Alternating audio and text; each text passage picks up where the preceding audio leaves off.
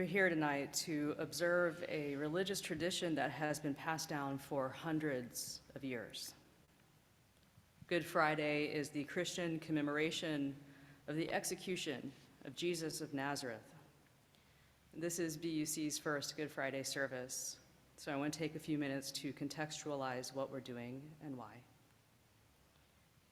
Unitarian Universalism is not a Christian denomination, but we are descended from two liberal branches of Christianity. Our understanding of the nature of life and of the sacred has grown beyond our parentage in Christianity, and we are free to borrow from all of the world's religions to make meaning in our lives. And sometimes that includes using Christian worship forms and traditions. Good Friday is a day that is set aside to confront our entanglements with the life-denying, death-dealing forces of this world, which we can rightfully call sin. There are two levels of sin. There is our individual moral and ethical failures that keep us from realizing our aspirations of right living, and there are the sins of a society, which are those individual failures writ large as systemic oppression and injustice. Examples of social sins include poverty, hunger, homelessness, gun violence, conspicuous consumption, all forms of oppression. Our purpose tonight is to use the story of Jesus' suffering and death on a cross as a container for the grief and the heartache and the guilt that we feel over these societal sins. Tonight, we will specifically name the death-dealing forces of racism in our so-called justice system. We'll name laws that target LGBTQ youth, the war in Ukraine, climate crisis, and the failure of our nation's response to the COVID pandemic. Those are some of the societal sins that weigh most on our hearts, and we know that there are more. Tonight's service is loosely based on a tenebrae service, a service of darkness. We will sing traditional Good Friday hymns, and that will include "Were You There When They Crucified My Lord?" This is an African American spiritual, so I want to provide some context for that as well. Blackness in the United States holds many layers, including grief, hurt, anger, joy, and promise. African American spirituals form a body of work which expresses these human experiences and many more. Spirituals originated from the scourge of slavery, and yet they speak to all people when we honor this history and we sing them together. As our service progresses tonight, the sanctuary will become increasingly darker, pulling us further into introspection. There will also be long periods of silence, especially at the end, as an opportunity for all of us to get really honest with ourselves about how we have contributed to and benefited from societal sins. And a note about Jesus. Jesus began his public ministry at about age 30. Approximately 3 years later, he was arrested on false charges and executed by the state. The traditional Christian story continues with his resurrection 3 days later. Christian theologians have debated the meaning of these stories from the very beginning. Centuries after these events occurred, the church found it necessary to set doctrine that clarified their official stance on the matter. They agreed to the idea of substitutionary atonement, the belief that Jesus died to atone for the sins of humankind. And although this is most widely known, and perhaps it is still widely accepted, it is one interpretation of the events. Unitarian Universalism is a religion that rejects doctrine, including this doctrine, compels us to make our own meaning of sacred stories. So if you find value in the idea that Jesus died to redeem your soul, you are welcome here. If you believe that Jesus was a man who died because execution is the predictable outcome when someone tries to overturn systems of power and oppression, you too are welcome here. If you don't know what to make of these stories, or if you find that these stories don't resonate with you very much, you are welcome here. In these times, we carry a heavy load of emotional pain. Let this be a cathartic experience of ritual, music, and silence for us all.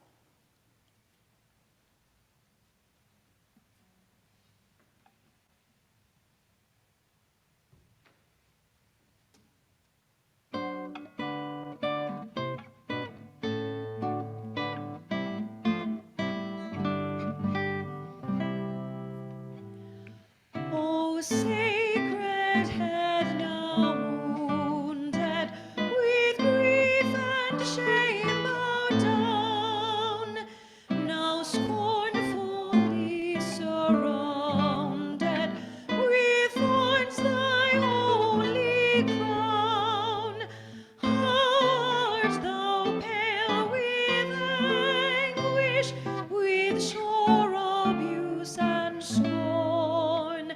How does that visage languish, which once was bright as morn?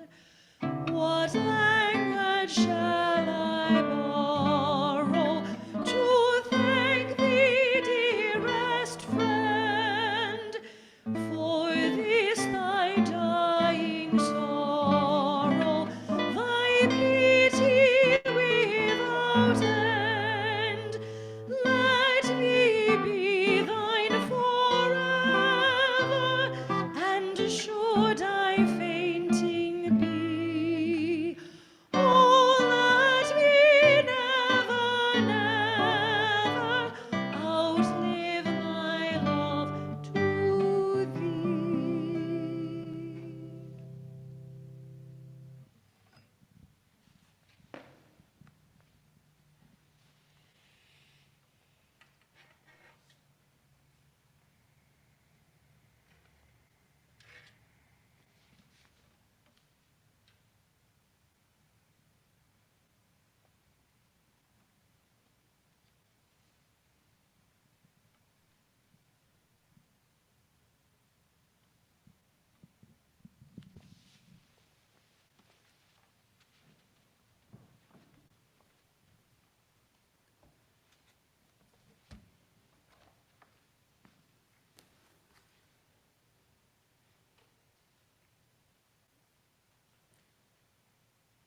Jesus said,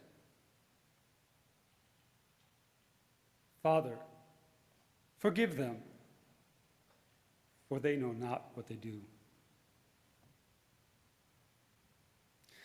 In 1895, Gustave Le Bon published what might be the first formal description of mob mentality.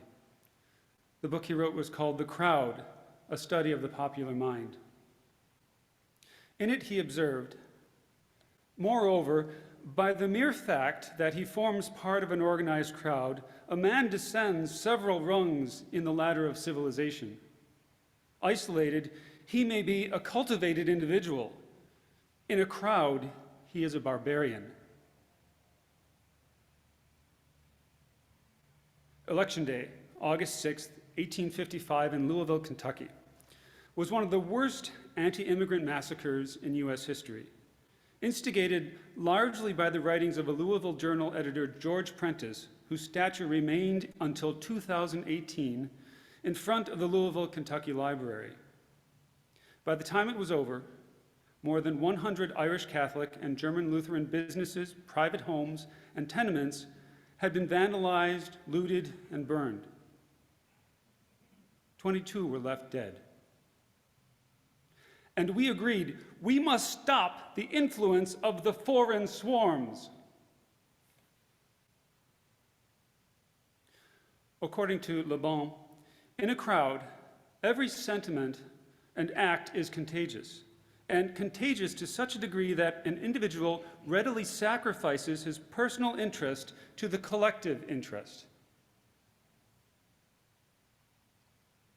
The Salem witch trials were a series of hearings and prosecutions of people accused of witchcraft in colonial Massachusetts between February 1692 and May 1693. More than 200 people were accused. 30 were found guilty, 19 of whom were executed by hanging. There were 14 women and 5 men. One other man was pressed to death for refusing to plead, and at least 5 people died in jail. And we demanded, hang the witch! Le Bon goes on in his book. The individual forming part of a crowd acquires solely from numerical considerations a sentiment of invincible power which allows him to yield to instincts which, had he been alone, he would perforce have kept under restraint.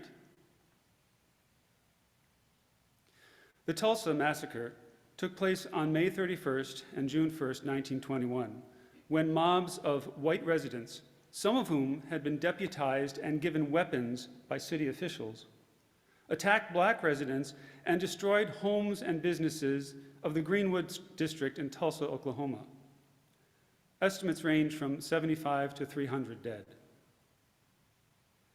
The massacre was largely omitted from local, state, and national histories for 75 years.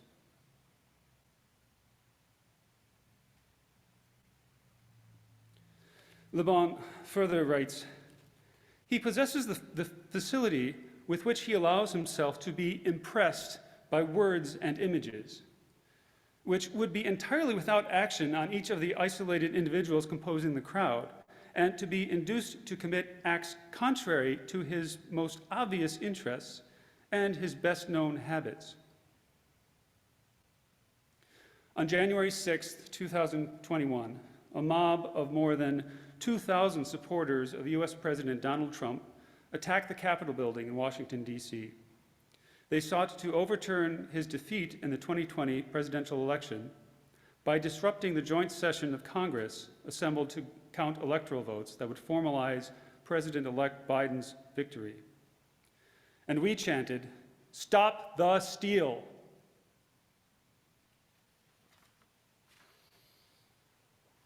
In Le Bon's book, he says, an individual in a crowd is a grain of sand amid grains of sand, which the wind stirs up at will. In the Gospel of Mark, it is recounted that it was the custom at the festival to release a prisoner whom the people requested. A man called Barabbas was in prison with the insurrectionists who had committed murder in the uprising. The crowd came up and asked Pilate to do for them what he usually did. "Do you want me to release to you the King of the Jews?" asked Pilate. But the chief priests stirred up the crowd to have Pilate release Barabbas instead. "What shall I do then with the one you call the King of the Jews?" Pilate asked them. And we answered, "Crucify him!"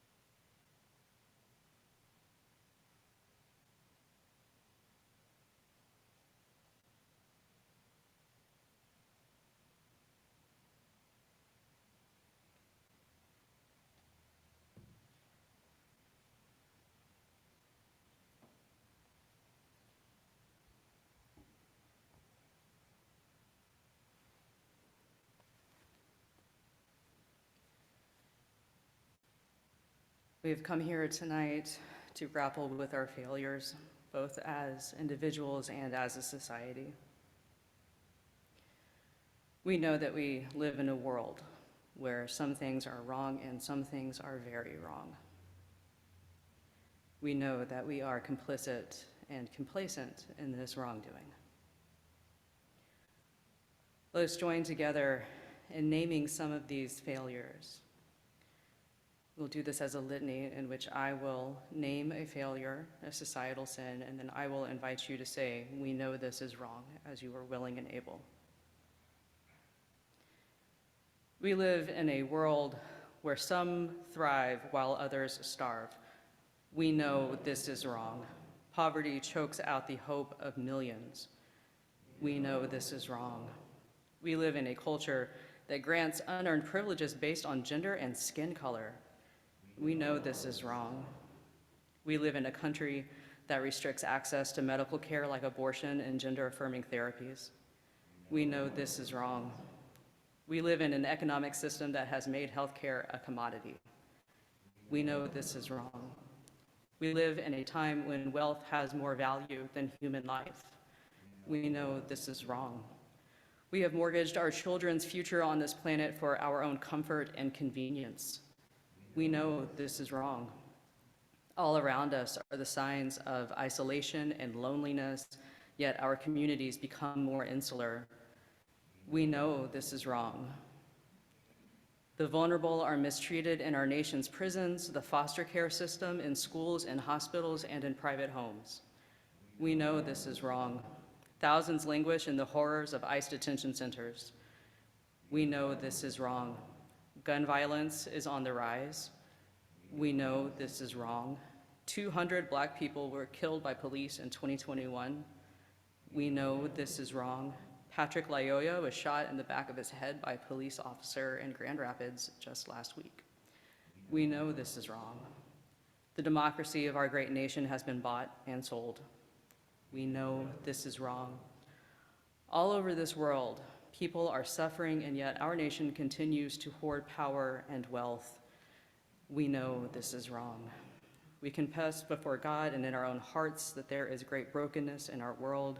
We confess that we are part of this world, and its brokenness touches and reflects our individual failures. We seek succor and support. We long for healing and righteousness in our lives and in the world. God of justice, grant us mercy that we may be forgiven for our roles in these failures. God of wrath, grant us conviction so that we may make things right as we are able. Grant us courage and wisdom and strength in this age. Give us guidance. Give us sure footing. Give us courageous hearts to move forward along those paths of righteousness. May it be so, and in the name of Jesus I pray. Amen.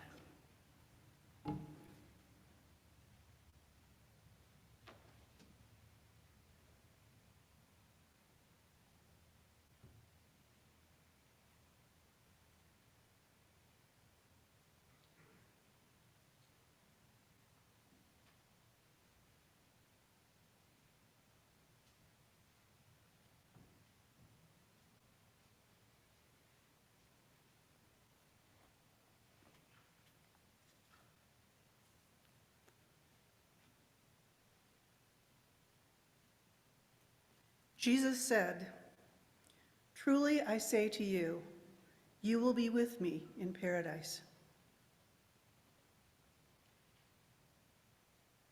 Our criminal justice system has denied the humanity of Black people since the inception of slavery. Brian Stevenson, a writer for the 1619 Project, said, "American slavery matured into a perverse regime that denied the humanity of Black people while still criminalizing their actions." This was shown as the Supreme Court of Alabama explained in 1861 that enslaved Black people were capable of committing crimes, and in that capacity were regarded as persons, but in most every other sense, they were incapable of performing civil acts and considered things, not persons. Now, we know the Civil War was fought for many reasons, but the main one we were taught in school was its goal was to liberate Black people from slavery. The 13th Amendment said so, but listen carefully to its wording. neither slavery nor involuntary servitude, except as punishment for crime whereof the party shall have been duly convicted, shall exist within the United States or any place subject to its jurisdiction. That is quite a trick to pull off, freeing the enslaved and then codifying a way to still get their unpaid labor. Mr. Stevenson continues, after emancipation, Black people, once seen as less fully human than slaves, were seen as less than fully human criminals. Laws governing slavery were replaced with Black codes governing free Black people, making the criminal justice system central to new strategies of racial control. And these strategies intensified whenever Black people asserted their independence or achieved any measure of success. White policymakers invented offenses used to target Black people. The convicted were then leased to businesses and farms where they labored under brutal conditions. Late in the 20th century, amid protests over civil rights and inequalities, a new politics of fear and anger would emerge. Nixon's war on drugs, mandatory minimum sentences, three-strike laws, these policies were not as expressly racialized as the Black codes, but their implementation has been essentially the same. It is Black and brown people who are disproportionately stopped, targeted, suspected, incarcerated, and shot by police. A presumption of danger and criminality still follow Black people everywhere. New language has emerged for this.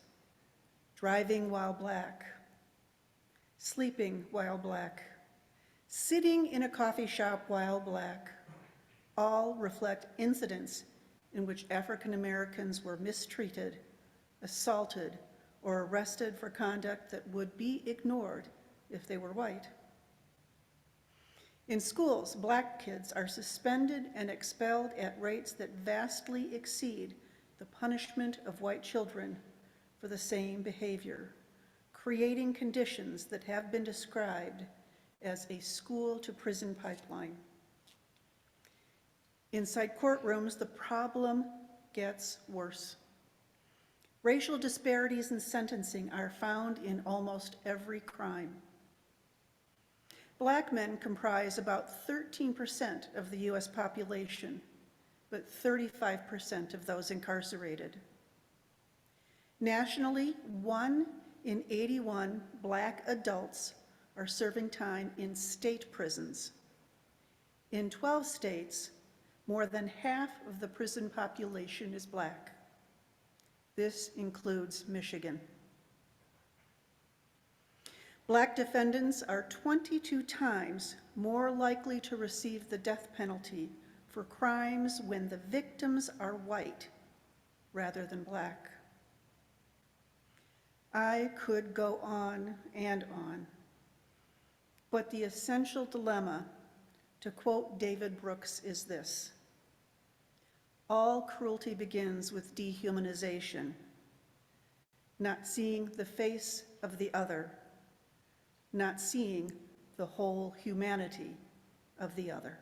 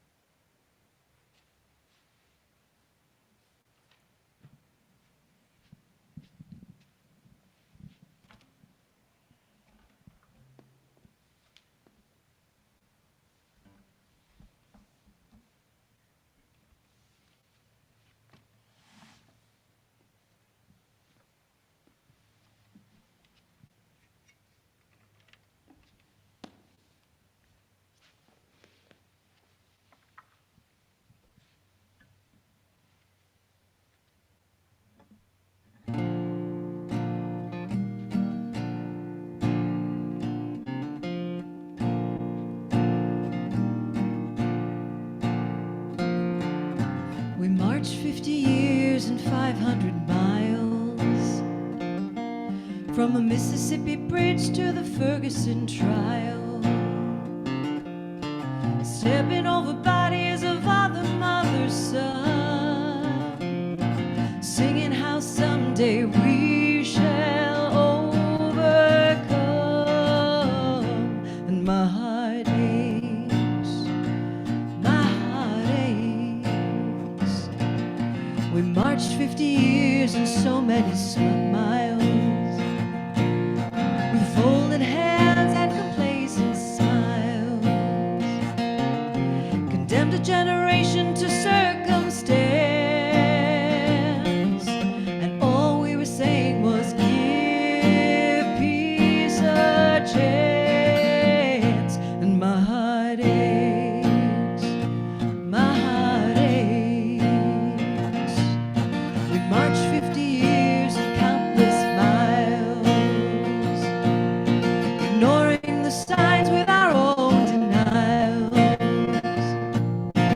waiting for some others to take a stand, hammer out justice all over this land. And my heart aches, my heart aches, for the children locked in cages far away where no one sees, for the helpless and the hopeless, for the homeless refugees. My heart aches, my heart aches, for the voices who've been silenced at the mercy of our greed, for the prisoners of conscience who speak out for those in need.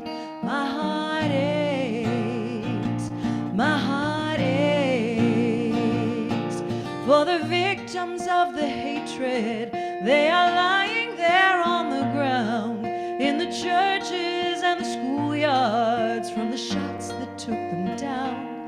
My heart aches, my heart aches, for the claims made on our bodies and who we can and can't embrace, for the children of tomorrow and the world they have to face.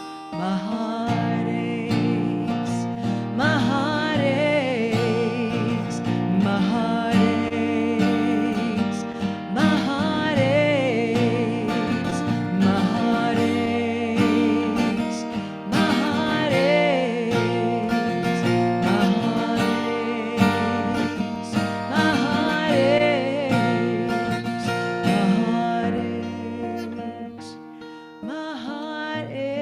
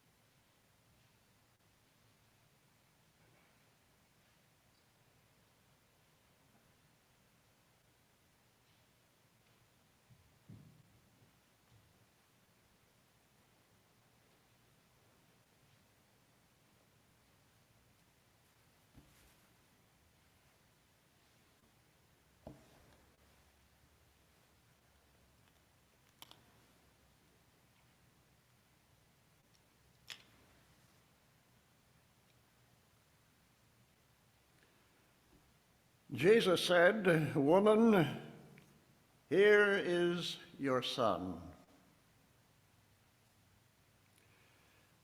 Jesus' presentation is about his mother and his most beloved disciple, John. This tradition was a significant action in its own time. It's a way in which the dying son still protects his mother into the future. It's an act of protection in a deeply patriarchal society. A woman relied on her eldest son to protect her from destitution, from violence, and even from starvation when her husband died. In this case, it was the death of Mary's son. And then in the story of deep pain, Jesus says to John, "Here is your mother." And from that hour, the disciple took her into his own house. This story tells us of providing shelter, providing care in shared vulnerability. In our own time, we see a similar need in the Ukraine. People in that land are struggling for survival of their elders, their children, and of themselves. They are battling for survival in an unjust, unneeded war against a mammoth state, still not large enough, that wants to swallow them and their land. People have been killed while trying to flee. They have been killed when promised safe conduct down roads to Poland. They've been killed in a railroad station waiting to board trains to safety. They've been killed in their houses, killed in their apartments, killed by walking the streets unarmed, killed in schools, killed in hospitals, killed just because they were there. They're in their own land. Killed just because they were trying to find food, medicine, safety. Killed for being Ukrainians. Killed because President Putin wants to annex land as part of an expanding empire. It is a similar barbarous behavior that killed Jesus on a cross. Jesus wanted in his last action to protect his mother by having disciple John provide shelter and support. And such is the need of caring people today for suffering brothers and sisters, our brothers, our sisters in the Ukraine. On our television sets, we see evil in action. We see it every day.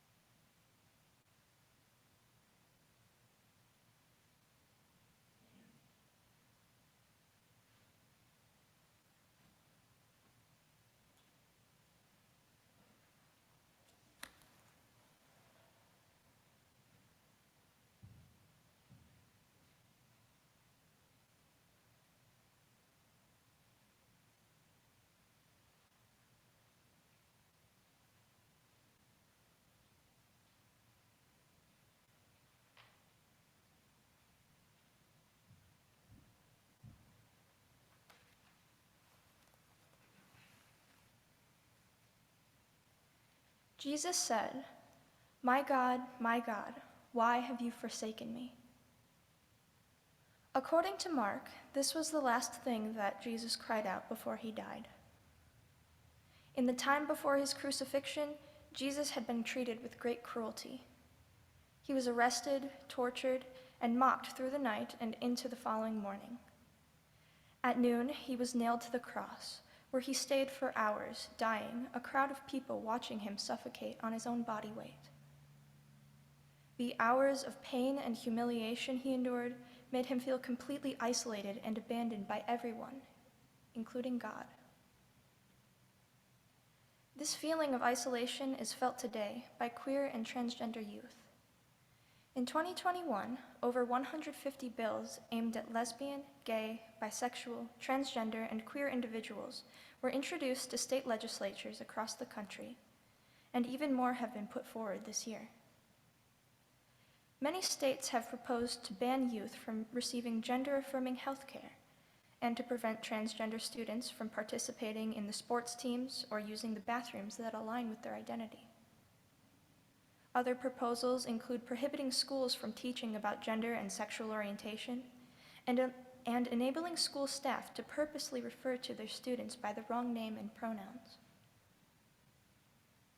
Transgender youth feel unheard as a result of these policies.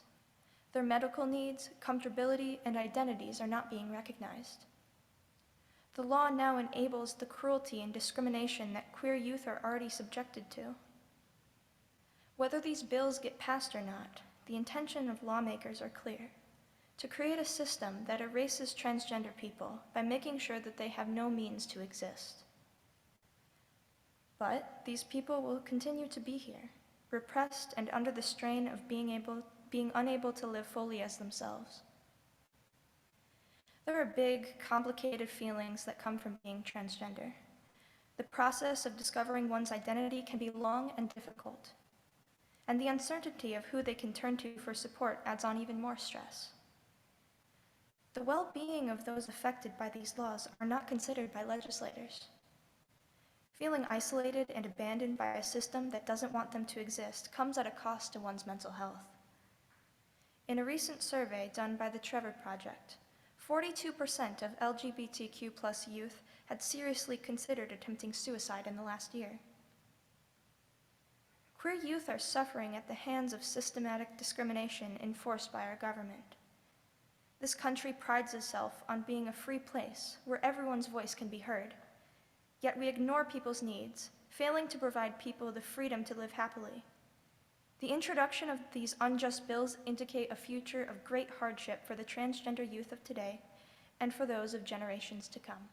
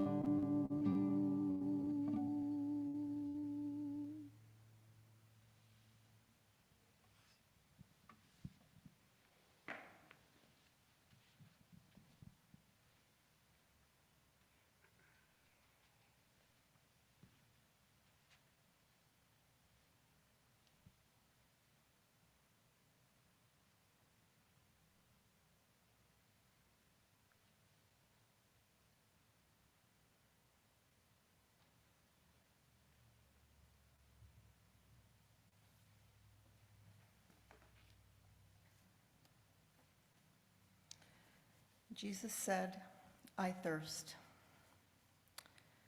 Nearly a fifth of all Americans are exposed to unsafe drinking water from decades of industrial dumping, farming pollution, and deterioration of water distribution pipes. PFAS, called the forever chemical because it never leaves our bodies once it's there, is an ingredient in many products we use regularly. At elevated levels, it may affect reproduction, thyroid, the immune system, and the liver. PFAS from our tainted water supply can now be found in the blood of nearly 99% of Americans. It has even been found in polar bears in the Arctic Circle. A recent study showed that we each take in about 5 grams of plastic a week, or basically the equivalent of a credit card. It comes to us through our food, our air, and our water. The Flint water crisis exposed thousands of children to lead poisoning from drinking the water in their own homes, resulting in a host of symptoms, including a decrease in cognitive capacity and behavior issues that may be irreversible, lasting into adulthood. Few of those responsible for this travesty have been held accountable. In Everett, Michigan, the Nestle conglomerate was recently given a permit to increase their pumping to 400 gallons of groundwater per minute. That's 576,000 gallons a day to supply its water bottling operation in exchange for a $200 annual fee. This is the same groundwater farmers need to help grow our food and that provides drinking water for 51% of the population and 99% of the rural population. There were over 80,000 public comments against giving them this permit and 75 comments in favor. After significant public outcry, Nestle rebranded the bottled water product and shifted to a plan that would get less scrutiny under a less demanding set of monitoring rules. Then they got PR points for donating a fraction of that bottled water to families in Flint. Stormwater runoff is one of the largest water pollution issues facing the U.S. today. 10 trillion gallons of rainwater per year flow over rooftops and roads around the U.S., picking up contaminants like bacteria, oil and grease, metals, pesticides, and many others.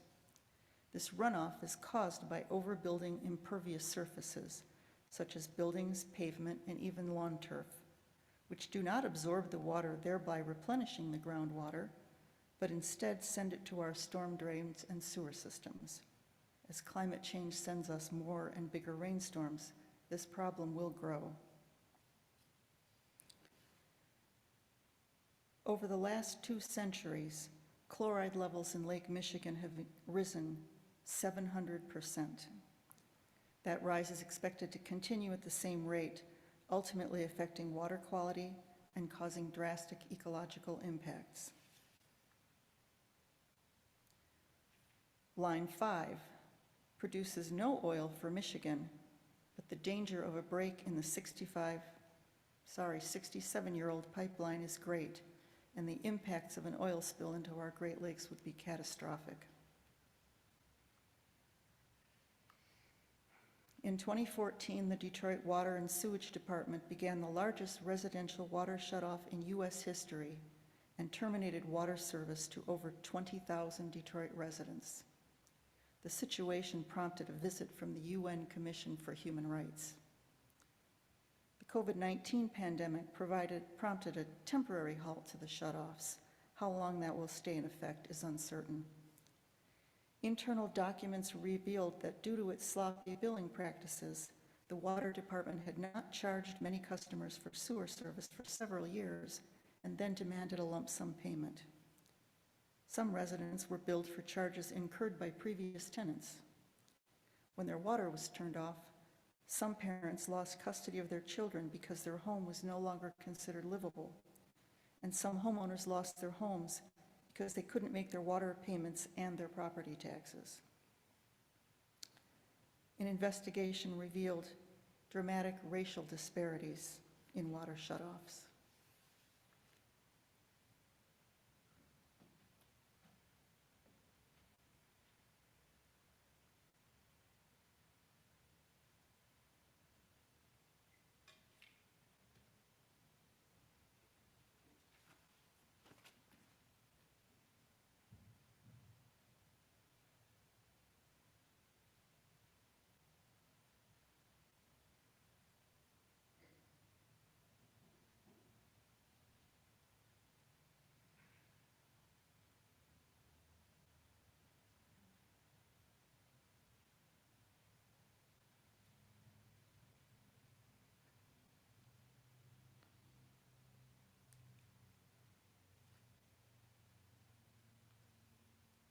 Jesus said, "It is finished."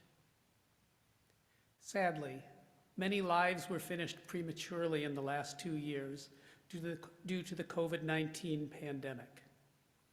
981,000 Americans have died. While the virus SARS-CoV-2 is not a societal sin, the way we have dealt with it is. Many of the almost 1 million people whose lives prematurely finished need not have died. Quote, "About 40% of the nation's coronavirus deaths could have been prevented if the United States' average death rate matched other industrialized nations," the new Lancet Commission report has found, end quote. Stockpiles to prepare us for an emergency such as this were allowed to diminish over the course of 3 administrations. Many deaths from other causes came from the inability of people to be appropriately treated by overwhelmed hospitals. Prisoners died in custody rather than being released from what became super spreader facilities. Many of the elderly and the immunocompromised were put at risk.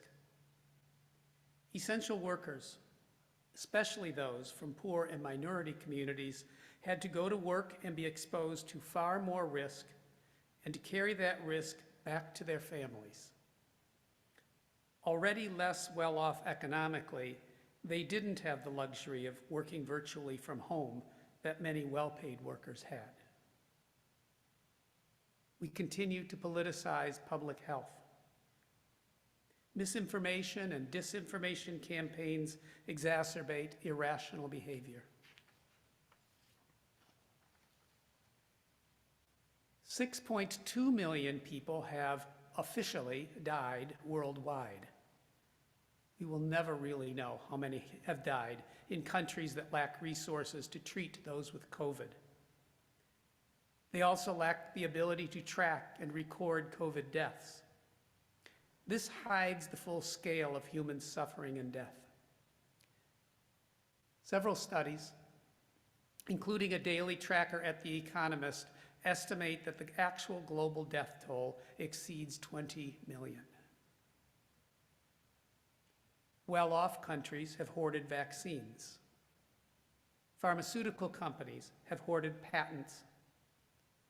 Global income inequality has left hundreds of millions of people with inadequate healthcare facilities. And in the US, politicians from both parties are eager to declare the pandemic is over. While the US may be at lower risk than we were earlier in the pandemic, many people in other parts of the world are not. The pandemic continues, even if we want to believe that it is finished.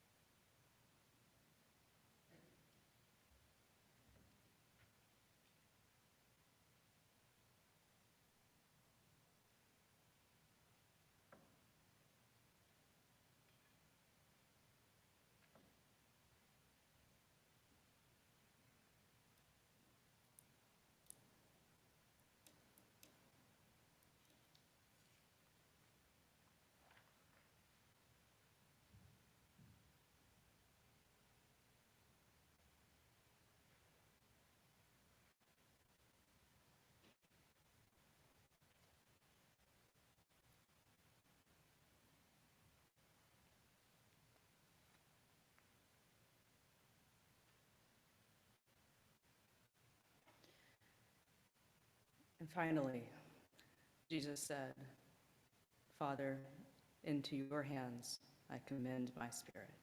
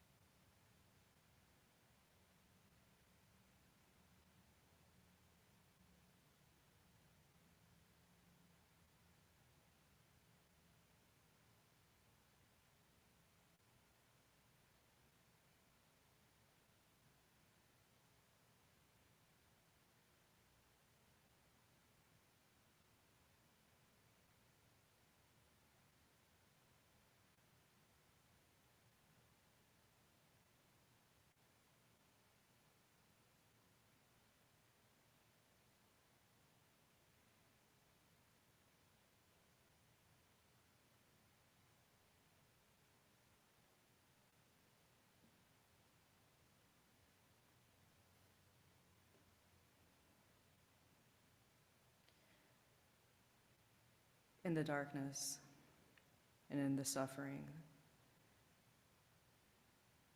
in all of the pain and the horror that humanity has wrought and brought upon each other, there is always yet cause for hope.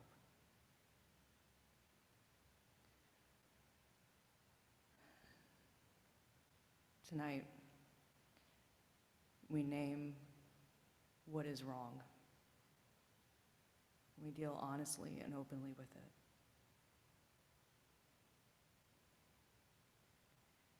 It is good to do so.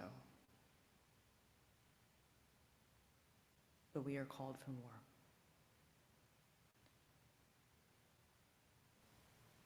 There is hope. There is always hope.